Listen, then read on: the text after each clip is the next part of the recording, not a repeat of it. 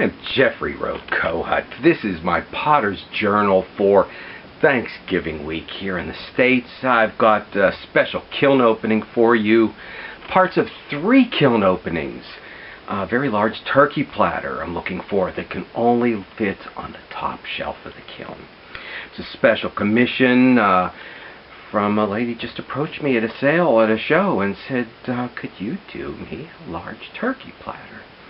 She had seen some of my smaller pieces with the slip trailing. I will put a link to actually making the almost 9-pound turkey platter and the elaborate decorating. Okay, a link to that below. But she was looking for something oval, but she liked the slip trailing, and I explained the dimensions of the kiln, said what I could do. And I don't take a deposit. I don't promise anything because I don't want to be tied down to it. But it was all so casual. I had a feeling, though, she's going to take these plates because many years ago, doing the big Pittsburgh City Show, Three Rivers Arts Festival, there was a lady who, very well dressed, would pass through and looking at my biggest, most expensive one. Oh, look at that, she said. Wouldn't that look great above the mantel, talking to her friend. How she couldn't wait to get it home. It would look good with the other pieces, too. Somewhere along the line, though, she would realize she knew me. I had worked for her airplane pilot husband's very successful secondary hobby business, and that she was never going to buy a piece. But she never had any problem breezing on through. But this piece was different. I just had a feeling this is going to happen. Okay, let's see. What came out of the kiln the past few weeks? And what is in the kiln today? It is the first of the turkey platters.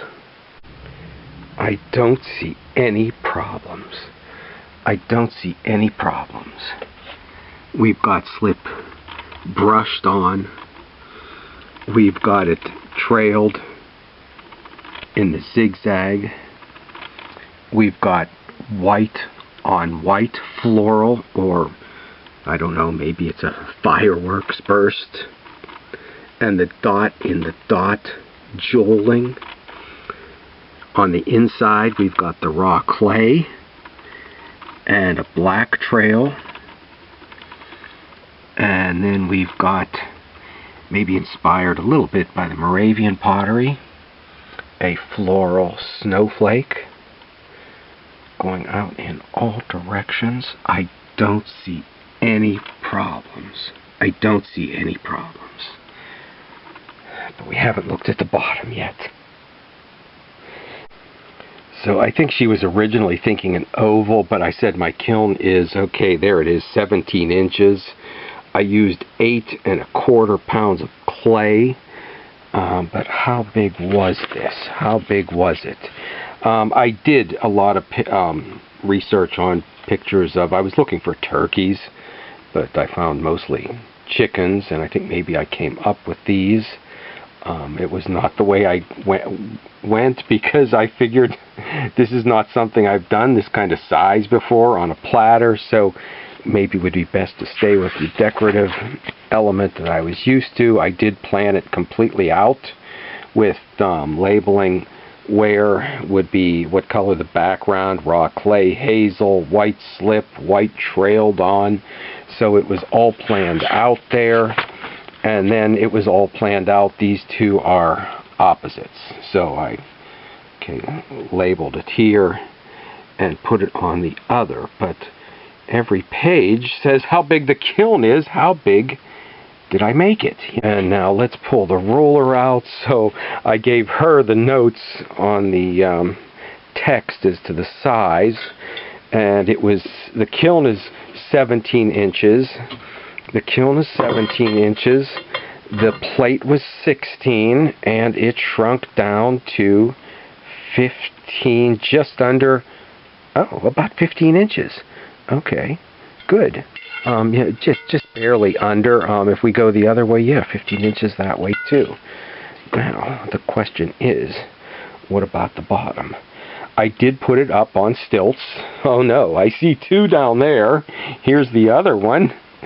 They were not the commercial stilts with all of the stuff to make it not stick. They were handmade. Okay, but it came right off, so we're safe. We're safe. The edges are all clean. There's no chips there. It didn't stick anywhere. It wasn't sitting on the shelf. You can barely see the signature, but it does have a signature and a date and the stamp, the same one I've been using since the 80s. Oh wow.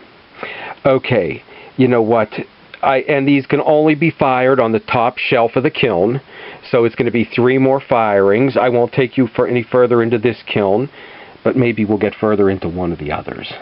Hopefully I can give her 3 choices on a turkey platter.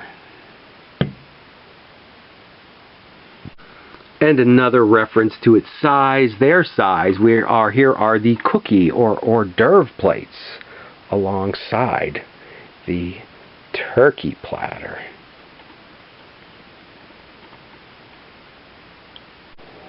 Here we go, the second kiln to get 3 on the turkey platters. I've already got one, but it looks like we did it again.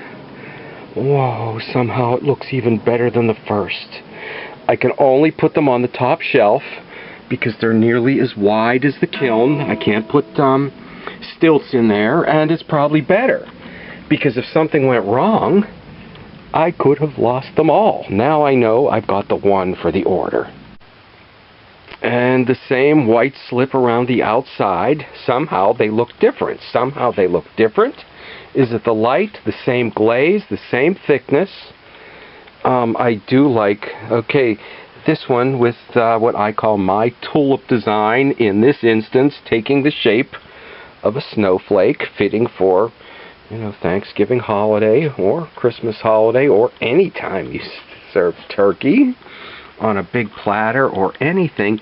This one I think more Moravian, the design, and more closely related to. I wouldn't necessarily call that one my own, but very exciting. Maybe with this kiln load we will go the whole way down through it. This is why I did 3. I also did 3 on this smaller Ralph pot, which you may be sick of seeing. This one fired for the second time because right here the glaze separated on the first firing, so I dipped it in the glaze again and put a little glaze there. It came out perfect looking the second time until I look very close and there's a crack, but it's glazed solid shut, and turn it over and what looks like a stress crack. I don't know when or where. The temperature could have gone up or down too fast, but so far I've been so lucky that this hasn't happened to the turkey platters. There's still one more to go. Little soap dishes with the doilies pushed into them. This is a project I would normally do with ladies wanting to learn to make pots. Not really a guy's project, but they sold. My niece did some, and they had a demand, so okay, here we go. Oh, this one, an S crack on the bottom. I will use this as a sample. I'm getting into a new commercial, not gallery, but it is a community art center where they hope to give pottery classes, have a artist's market, and maybe feature artists, so I will have to take this one maybe as a sample to let them know what I can do in the new year. But it's not New Year! It is Happy Holidays time. Here we go. Oh, look at that. My sgraffito. I'm a Christmas tree farm. I'm making wreaths now.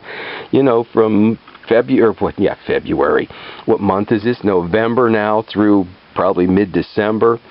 And I used to brush this on pots with the blue cobalt, and it has transferred very nicely over to the pine cones and the greens and the sgraffito. So, very exciting. My flying reindeer again this year. I only really had time to advance them onto the little hors d'oeuvre plates, the cookie plates, the Santa Claus cookie plates, or do you put a carrot here for the reindeer? So I still want to do so much more with this. Maybe next year. Maybe next year on the flying reindeer. Maybe we'll do the names. Maybe we will have Dasher and Dancer and Prancer and Vixen and whoever else there is. But not Rudolph. That's fake. That's a story that was put out by Woolworth's company to sell stuff. Oh, yes, and here they are. Bulgarian potter from Belgium visit the studio. A cousin of Jock's Bakery, friend from the farmer's market. Here's what I wanted to say. I always put this glaze, which is kind of celadon-like, on a darker body. And like it more than on a lighter body, but hers is nearly white. So it's just like when I put it on the white slip. I'm very excited about these. I want to share the video of her visit to my studio sometime before Christmas. And oh my, glad these turned out, because I had no idea if the clay could have been the wrong temperature and melted in the kiln, or even if the writing on there could have just streaked down the side of the pot.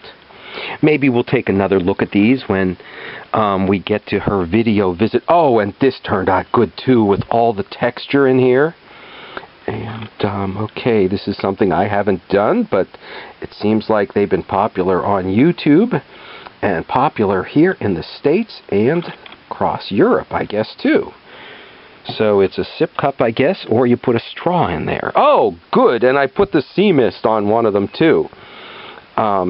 Actually, I prefer the green, but this shows nice, too, on the cup. So nice having a visitor to the studio, but, oh, wow, and my happy face mugs. Okay, this time of year they become elf mugs. So we've got a couple of these guys that hopefully they'll like this at the new Community Arts Center, along with the flying reindeer. I'll introduce them to these now, and to the little heart pots in the new year. So very happy. Snowflake. One more thing down in here. I kind of realized that when I got this used kiln, it came with these. Oh, and that came off nicely. That I've never really used, and I had no way to fire the funnels.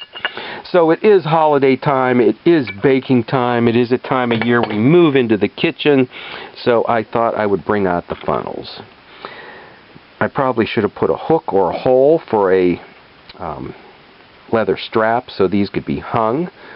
They really should be in the kitchen on display. One more kiln load to go for the turkey platters. This is it, the last one, the last kiln opening for the three. Oh, look at it. Just look at it. The last of the 3 turkey platters. Oh, just look at it. I think this is the last one I did. I think this was one where the design advanced. This is the one where I liked the color of the slip. Oh, I hope she doesn't. I want this one. And for luck, I got my good luck shirt on, my I'm on fire shirt for the final firing of the turkey platters. Oh, wow. Oh, just look at it. I don't want to see the bottom. I don't want to look. Oh, it looks good down there. Maybe I can consider the wire cut in here just a little bit. It's a little shallow. If maybe I can convince her. That's a terrible flaw. They do all have a little more degree in the decorating, so I think I'm going to price them at about $5 or $10 each difference in the 3. Oh, but look at it. 3 holiday turkey platters. Okay, beyond my skill level, as I've said through this series, I didn't let it stop me. Don't let it stop you. Here's that piece you saw me pick up from a video visit to Westmorre Pottery just 3 years ago. And at the time, I don't know that I could have imagined doing this, but I slowly built up to it, doing so many dozens of these little plates, hors d'oeuvre plates, holiday cookie plates, to where now we have got to this.